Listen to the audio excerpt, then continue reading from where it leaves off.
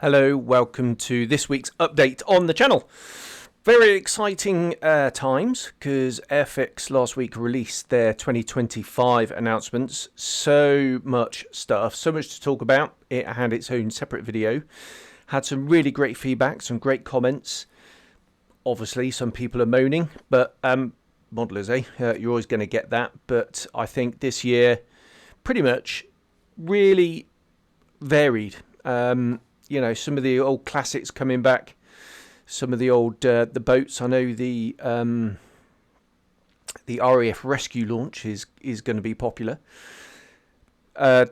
New era, I suppose, of Airfix going into space. So they're doing a 144 Artemis rocket. That's one that's going to go to the moon eventually, hopefully, inshallah, as they say out here. And yeah, lots of re-releases and updated molds.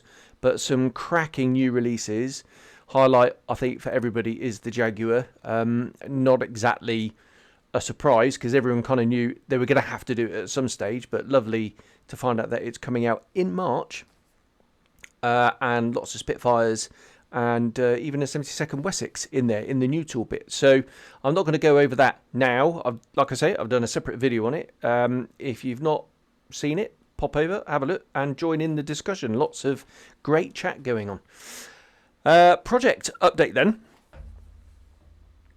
Right, not a great deal has gone on the, I'm going to say it, Razorback. What I have done though is I didn't realise that I'd forgotten to delete the radio bay because obviously it's on the other side now, and that was a bit. I thought it was going to be a bit awkward, but actually it was very straightforward. I literally just ran some black super glue around the paddle line, hit it with accelerator, and the rivets, hit it with accelerator, sanded it off, and polished it up, and then added all the other rivets. So yeah, that's been it really for this one. What I have done though as well is cut out the Vatform canopy. I've got a Rob Taurus canopy set for it and really pleased with how that's turned out. And I just had a little test fit over the fuselage because I couldn't resist, and it's going to look way better than the Eduard injection molded one. Limitations in injection molding, and the canopy is a little bit thick, and yeah, because it's a bit thick, it just looks a bit, just doesn't sit right. But the Vatform one looks absolutely fabulous. Really pleased with that. The Razorback, a lot of progress on that. Fuselages are completely prepped. Cockpit is finished. I am at the moment, I'm putting it into the fuselage. Now, right, I'm doing an FR18 for this one, and I wasn't going to, but I thought I couldn't really decide what scheme I was going to do. I have decided now, but I thought I'd keep my options open, and it would give me more options if I went down the FR route, because then if I wanted to do an 18, I could. I've actually decided I'm going to do a 14. And then all the 14s that I wanted to do didn't have the camera set up. But I'm actually glad I've done it, because I have found a scheme that I'm going to do with the camera installation, but I think it's a really good showcase for people who are maybe a little bit nervous about doing that conversion, because you've got to cut it out and then insert the plug. Exactly the same as the radio bay, although all I've done for the radio bay is just scribed it. This one you actually do have to put in the resin plug. There's a little recess in there for the aperture, and I just cut out some clear plastic sheet and stuck it in. And yeah, really pleased with how it's turned out. You also get a camera and a mount for it. Matthew does say that the mounts were not used that often.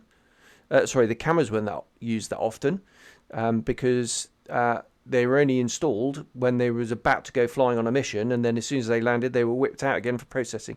So yeah, unusual to see a photograph with the camera in there, but actually I think it fills up the hole. So I've put my camera in. And yeah, what I'm going to be doing tomorrow is sticking the fuselages together, and then we start bringing it all together. Now, the bubble top is based on the Mark 16, which had a fixed tail wheel. I did have a spare Mark 8 fuselage, and Matthew suggests you cut the tails off both and swap them over, and then you've got the retractable tail wheel. I've gone down a different route. I thought I'd have a go at seeing if I can convert the tail to the retracting one, because I thought it's probably going to look neater. And if it doesn't work, I can chop the tails off and do it as intended. And actually, it's worked out really quite well. I'm really pleased with how it's turned out. A little bit of modification for the tail wheel mount as well, and but most of it's going to be covered up by the gear doors. And yeah, I think it's going to look really quite good. So I'm pleased I did that. Likewise, the wings. So I have got a separate set of Mark 8 C wings, which is a bit of a pain because you've got to cut it out and convert it to an E-wing with the separate panels, which I did. It's just, you just got to be so careful and so accurate. So I thought I'd convert the E-wings into the Mark 14 wing, which is essentially the Mark 8 wing. So short ailerons and with the fuel tank.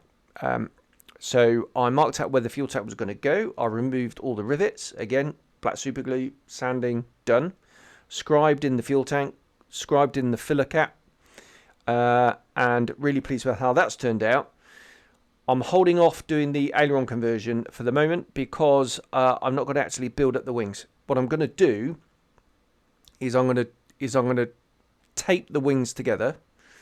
Then I'm going to see how it fits onto the completed fuselage, minus the carburetor intake, and then dry fit it all, and then see if the carb intake fits. If it's looking a bit dodgy, then I'll do what I did on the Razorback, and that is exactly what Matthew suggests, and that's add the lower wing, although I've done the wheel wells this time. Add the lower wing to the fuselage, and the fuselage has got the nose on and the carb intake on already, and it just slots in, and then the wing's gone over the top. I had a little bit of trouble with the Razorback, with the top of the wings not quite lining up properly. So I'm going to just try it another way and see how it works out. But it's going to make for a really interesting video, because you'll see both different ways, and then you can decide which way you want to go if you want to do the same project. So yeah, it should be really interesting on that one. Right, there we go. So that is the state of the Spitfire. The Razorback, the Bubble Top, I'm anticipating being ready for paint next weekend, and then I can have a good fun time next weekend on a paint fest. And I've decided what schemes are going to go for, but I'm not going to tell you. You're going to have to wait and see. Right, on with the news then. Airfix Lysander is out finally. Unfortunately for them, the project got delayed, which is a real shame. Shipping and all this kind of blah. So it is out now. They were hoping to have it out for Telford. So a couple of months late, but it's here now. And by all accounts, it's absolutely stunning. So go and get that if you fancy it. Trumpeter. Oh, right. So they've released some test shots of the Barracuda, some in detail ones, and they've not fixed anything, and it's balked.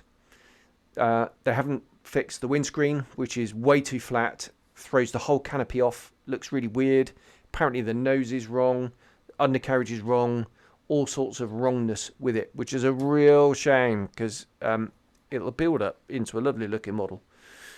Be fully riveted, it'll go together really well. It's just a shame they for me, it passes the accuracy threshold, because I can see it and it looks silly in my mind. Same for the Battle.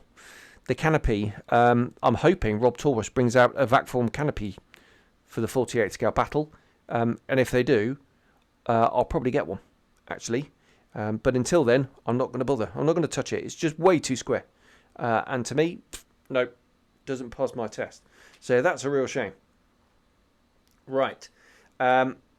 some actual new stuff then. Italeri have announced their 2025 new tool stuff. 3 to mention. F35A in 148 scale. Blah, whatever. But an MC202 in 148 scale. That's going to be nice. I would wish Eduard would have done it, because it will blow the Italeri's one out the water. But I'm sure it'd be a nice kit. It's clearly going to be a scale down from their 132nd scale. Now, when I say scale down, I don't mean literally. They go divide by whatever, print, mill, mould, ta-da, kit.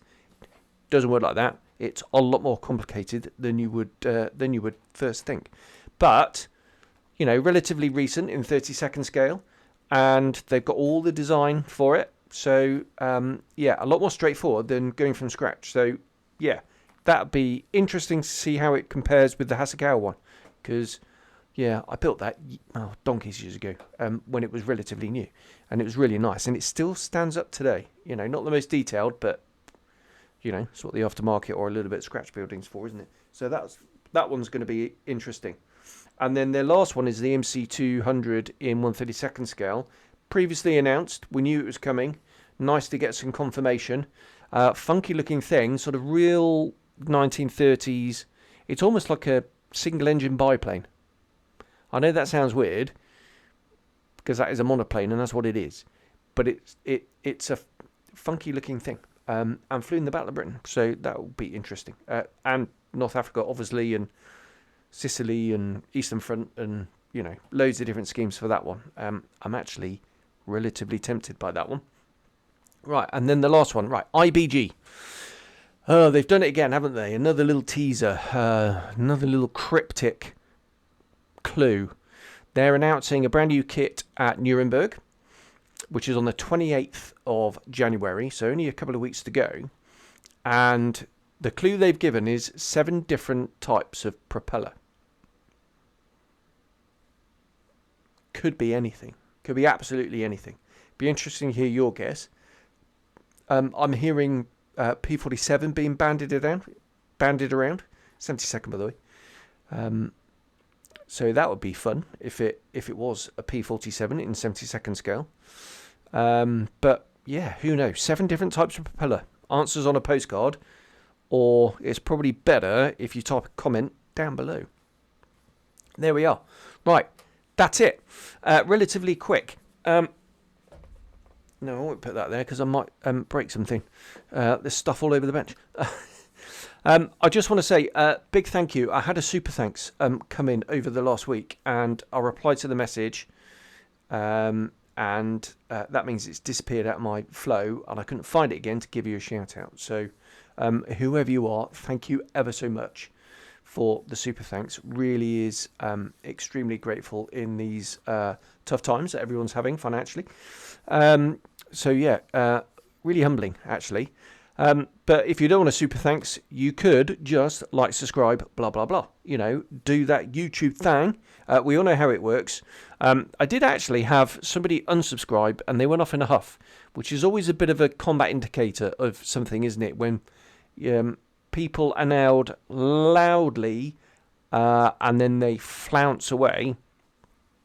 And the whole thing is he didn't like Spitfires. And I did very kindly point out that, you know, I do other things other than Spitfires, if you just care to look through the back catalogue, and there's lots of non-Spitfire stuff coming on the channel as well. It just happens that there were a few Spitfires last year and there's going to be a few this year as well. Okay, no need to throw yourself about, mate. You know, I thought your reaction was a little bit odd and weird. If I, you know, by all means unsubscribe. I'm sure lots of people have. But don't make a big deal out of it. It's just a bit weird. But there we are. I thought I'd mention that because it amused me, if nothing else. Right, there we are. Coming up for 15 minutes. I'll leave it there. Have a great week, everybody. And I'll see you next weekend. So cheers. Bye-bye.